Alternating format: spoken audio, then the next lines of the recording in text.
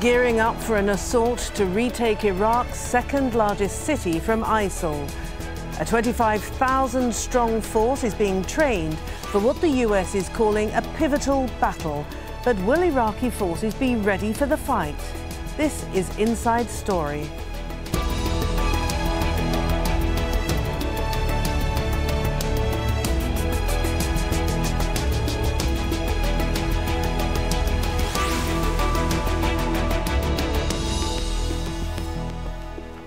Hello and welcome to the programme. I'm Martine Dennis. It's 8 months now since Iraqi forces all but collapsed in the face of marauding ISIL fighters, abandoning their weapons and uniforms as the group conquered Iraq's second largest city of Mosul. Now, Iraqi and Kurdish forces are preparing for an offensive to take back the city. They're being trained by the US for what the Pentagon is describing as a pivotal battle in the overall campaign in Iraq. Now, Mosul was overrun by ISIL in June. At the time, it was a city of around 1 million people. ISIL has since gained territory that straddles the border between north and western Iraq and eastern Syria as part of its self-declared caliphate. Well, US Central Command says between 20 and 25,000 troops are being assembled for the Mosul campaign to take on between 1,000 and 2,000 ISIL fighters. Now, the main attack force would consist of 5 Iraqi army brigades. 3 smaller brigades would act as a reserve force. 3 brigades of Kurdish Peshmerga troops would contain the city from the north, and a force of former Mosul police officers and tribal fighters is also being assembled. Now, the US will provide training, air support, intelligence and surveillance, but there's been no decision as yet on whether to send in ground troops. Now, we'll be hearing from our correspondent in Baghdad in just a moment, but first, Rosalind Jordan has more from Washington, D.C. Up to 25,000 Iraqi troops are supposed to launch this so-called spring offensive in order to retake Mosul in April or May. But the big question, are they ready? Since last September, U.S. military advisors have been working with the Iraqi military to try to expand their capacity and to basically make them willing to stay in the fight. The targeting of Mosul, which is currently being controlled by ISIL fighters, could be a very decisive fight. And of course, then the next question would be, would U.S. troops be needed to help the Iraqi military? The U.S. president has long said he doesn't want to send ground troops back into Iraq, but the U.S. military says that they think that if that's the only way that the Iraqi military could succeed, they would make that recommendation. It's still a little too early to tell whether or not this mission could actually succeed, given the critical importance of Mosul to both the Iraqi government and to ISIL fighters.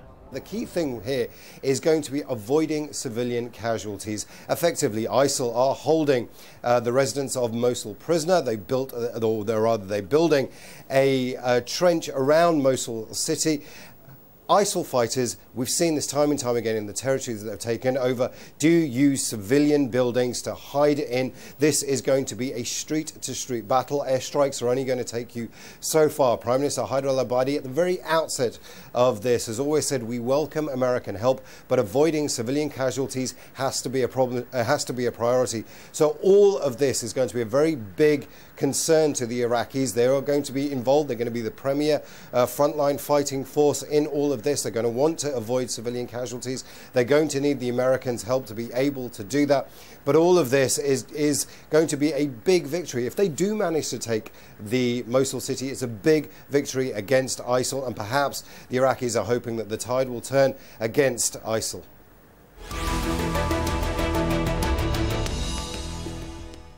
OK, let's bring in our guests. In London, we have Ayman Jawad Al-Tamimi, who's fellow at the Middle East Forum and specialist on ISIL. And in Erbil, we have Al-Tamimi, Member of Parliament and representative of the Wataniya Alliance in Iraq's Kurdish region. Thank you, gentlemen, for joining us on Inside Story. Can I start with what is being described as the battle for Iraq itself? The battle to retake Mosul is so important that many people describe it as being a battle for the regaining of Iraqi territory in its entirety. What would you say to that? Can I start with you, please, Al-Tamimi in Erbil? As far as we are concerned first of all, as Iraqis living in Erbil, displaced from our places. And we host here about 1 million people from Mosul, from Nineveh as a whole, Muslims, Christians, Yazidi. So this battle liberating Mosul is really, yes, I agree with you. It's Iraqi battle. But I just want to comment on the preparation for this battlefield.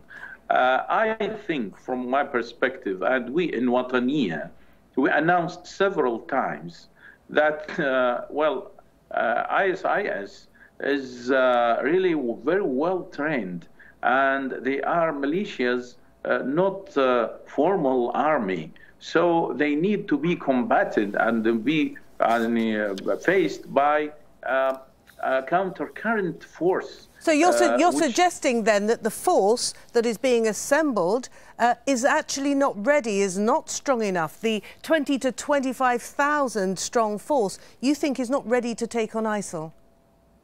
Yes, really, because the training, from my perspective, there is no training, because they are just, recruited the people, and some of them are military, some civilians, some youth people, and they said, yes, let's go combat, to go to Mosul. The other forces, really, we need very well-trained forces. Therefore, we suggested, as Wataniya, that the previous Iraqi army, which was deferred by Bremer, bad decision, 2003, and those people are very well trained. And mind you, important point, some of them are now with the counterpart, with Daesh. Some of them are with ISIS fighting. Right. I understand the point you're making, but clearly in talking up this campaign, in being very confident that this campaign can take place, we understand in the spring, before the very hot summer of Iraq, that Haider al-Abadi is exceedingly confident that he has enough training now for his troops. The Americans have beefed up their training, as have many other Western countries. Haider al-Abadi is confident that he has a force that can take on ISIL and win back Mosul. With all respect to Prime Minister Haider al-Abadi, this is a military issue, and it needs military experts to talk. So far, the Iraqi army, the current Iraqi army military leaders has failed in combating Daesh yet. And we are, everybody in Iraq and worldwide knows that Iraqi army is not suitable currently, in spite of all the trainings, but there is some, some killing mistakes inside the organization of the Iraqi army. All right, okay. Can I ask you to hold that thought, because that's very interesting indeed. But in the meantime, I do have to bring in our other guest, Ayman Al-Tamimi, because you're an expert on ISIL and the way ISIL actually operates. I mean, on the face of it, we're talking about a force of between 20 and 25,000 reasonably trained, at least, soldiers, up against, 2,000 ISIL fighters. Now, on the face of it, it's no contest. They should be able to go in and retake Mosul with minimum amount of civilian casualties. I don't think so. I think with regards to the figure of 2,000, the figure being put out of only 2,000 ISIL fighters in Mosul, I think we need to be a bit skeptical of that. Certainly, actually, what has happened since the summer when Mosul fell out of government control, ISIL will have certainly bolstered their numbers in Mosul, first in two ways. Firstly, by recruiting from locals who weren't with any armed group necessarily, and ISIL in Nineveh province and their Nineveh province media feed, they put this new emphasis on recruiting a new generation. But this would be forcible conscription, presumably, would it? Would that be forcible conscription? Sure, but I was going. I was also going to mention the issue of being bolstered also by pledges of allegiance from other insurgents in the Mosul area over the summer. I mean, when Mosul first fell out of government control, it wasn't just ISIL involved, but ISIL very quickly gained the upper hand over its rivals and certainly bolstered its numbers through pledges of allegiance. And Mosul, secondly, is for ISIL the crown jewel of its Iraq conquests, in the same way that Raqqa in Syria has been the crown jewel of its Syrian conquests. And they will certainly fight to the very end to defend it. And there are many tactics that ISIL can use that will disrupt, that will pose potential problems, even if they're faced by a force that outnumbers them. And we've seen it in other areas of Iraq too, for example in Beji, further south near Tikrit. Namely, ISIL's use of booby traps in buildings and on streets pose huge problems for an Iraqi army that has proven itself unable to take any major city that has fallen out of government control since the fall of Fallujah in January 2014. I mean, when Fallujah fell out of government control in January of 2014, people expected, well, maybe the army could take it within a couple of weeks or within a month, but we're over a year now, and there's been no sign of any meaningful government incursion into the urban area of Fallujah.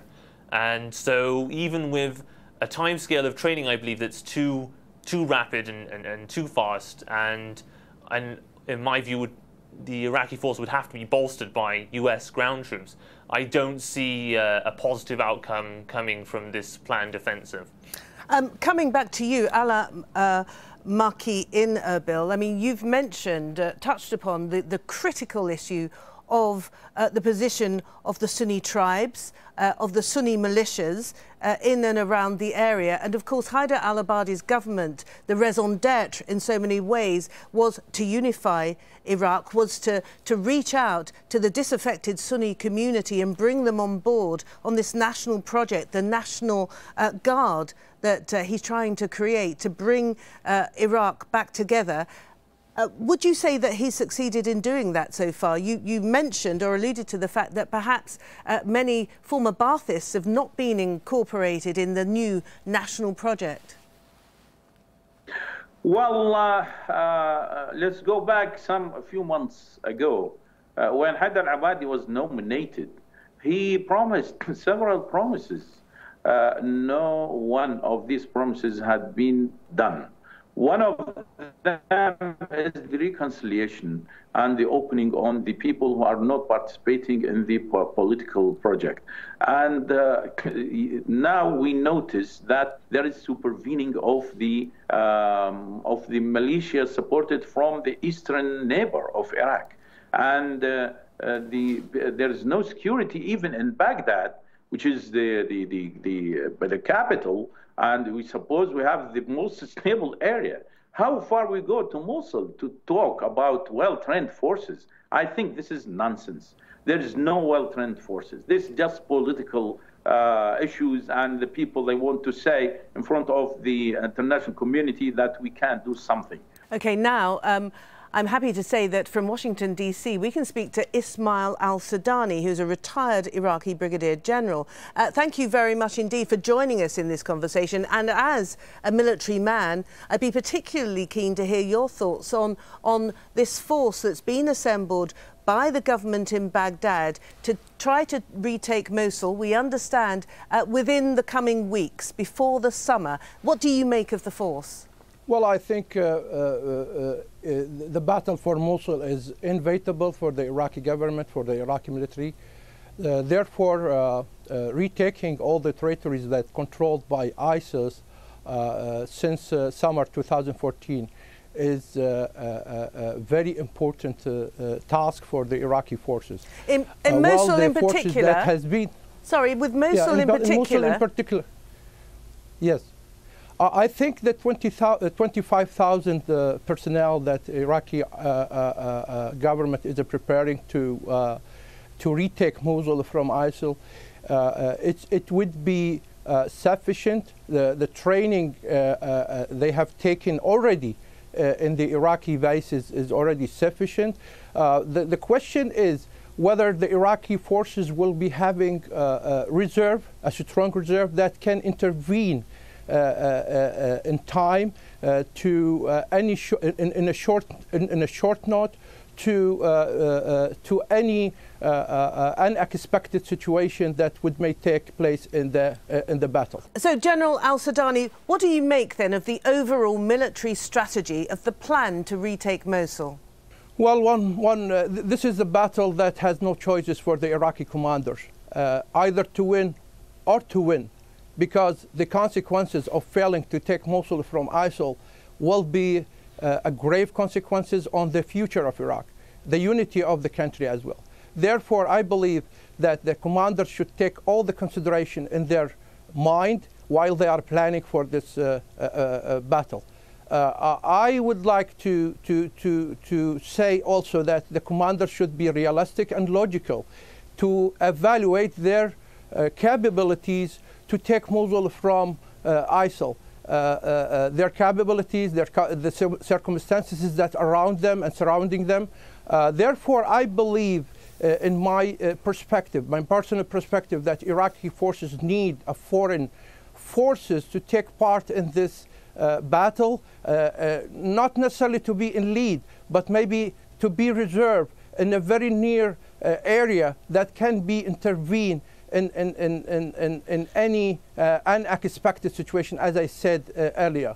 But again, that has been said, that the domestic, regional, international environment is really assisting, is really supporting the Iraqi government efforts to defeat ISIL in Mosul. So therefore, I believe that the circumstances, the environment is very suitable for the Iraqi government to retake Mosul in the spring. But we have to take all the consideration in our mind in order not to have another setback, which is not acceptable by any means. Ayman, in London, as a specialist on ISIL and its tactics, is there anything that the Iraqi government and its forces can learn from the battle for Kobani, which eventually ISIL lost, of course, but that involved local forces on the ground and air support from the US-led coalition? What does that tell us about how ISIL will put up a fight for Mosul, perhaps? With regards to the Kobani fight, it's different in that ISIL there was on the offensive. It was trying to prove that in the face of hundreds of airstrikes, it could still take territory. And of course, in that enterprise, as you noted, ultimately failed. And I think, referring to my earlier point about Mosul's significance for ISIL as the main jewel in its conquest, they will certainly put in all efforts possible to defend the city. And in that regard, this is partly explains why a key part of current strategy has been to try to cut off supply lines coming in from Syria, lest ISIL try to call in reinforcements from across the border to help defend the city. But also from the Kobani experience, there is also these reports of unexploded munitions and explosives that still have to be cleared if the Kobani area is going to be settled by civilian population. And also mentioned about the experience in Beji for fighting between ISIL and the Iraqi government forces.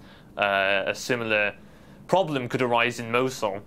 And then the question would be of how much infrastructure would remain if ISIL ultimately got expelled from the city.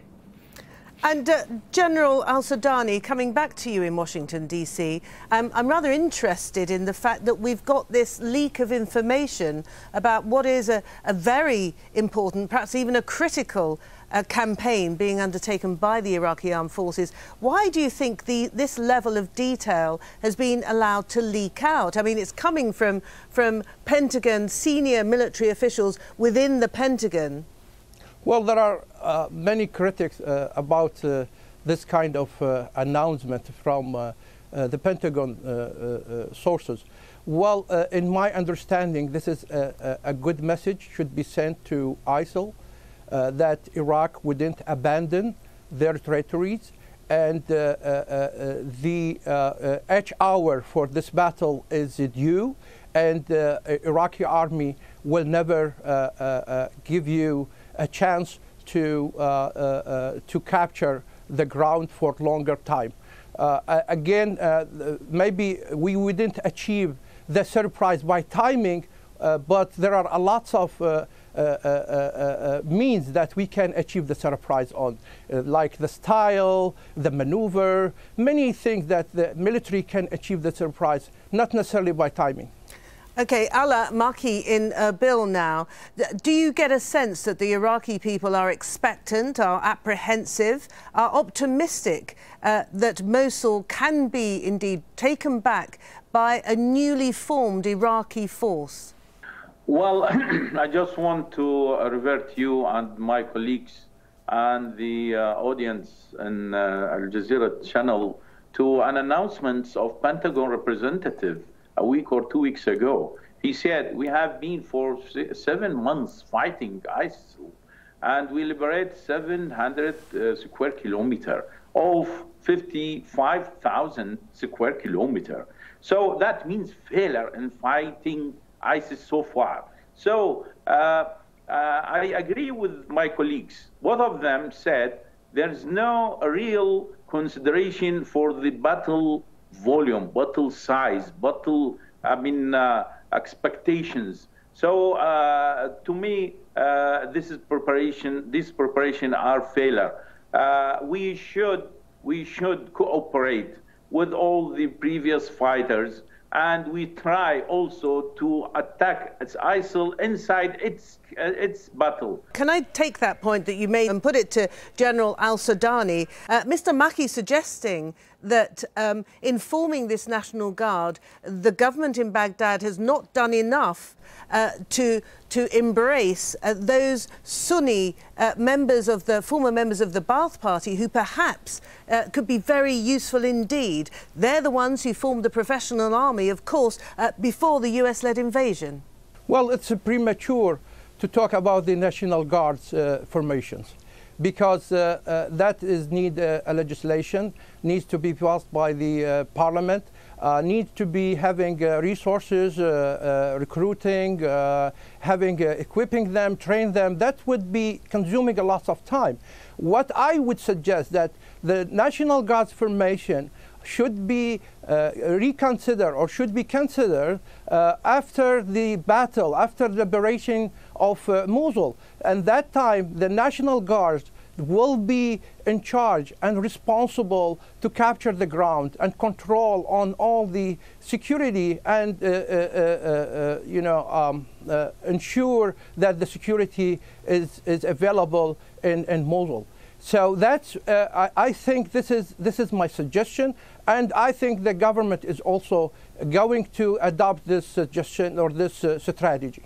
And Ayman, coming to you, we started off by talking about Mosul as being a pivotal battle for the Iraqi institutions, not just the armed forces, actually, for Iraq as a whole. But you're suggesting that this is equally important for ISIL to defend the gains that they've made in Mosul. Yes, definitely, because you can see, particularly by comparison between Raqqa in Syria and Mosul in Iraq, from the various administrative documents put out by ISIL that I've been able to obtain and made an archive of many of them, that the development of ISIL governance there is it's almost identical in terms of regulations to the education system, outlawing of art and music, for example, establishment of a so-called health department, for example, in Mosul, to put regulations on price controls on pharmaceutical goods, even the claimed opening of a factory for synthetic body parts in Nainawa province. So you see how important this area is to ISIL, and they will certainly put in all efforts to defending it from any government offensive. Gentlemen, thank you all very much indeed. Another very interesting conversation here on Inside Story. Thank you very much. Thank you to Ayman Jawad Al-Tamimi, and in Washington, Ismail Al-Sudani, and in Erbil, of course, Al-Tamimi. Thank you all very much indeed. And thank you, of course, as ever, for joining us. If you've got any comments, if you've got any questions, or if you'd like to continue the conversation, remember you can always go to our programme page at aljazeera.com. You can post your comments also at facebook.com/AJ Inside Story. Or, of course, there's always the Twitter sphere at AJ Inside Story. I'm Martine Dennis from the whole team. Bye for now.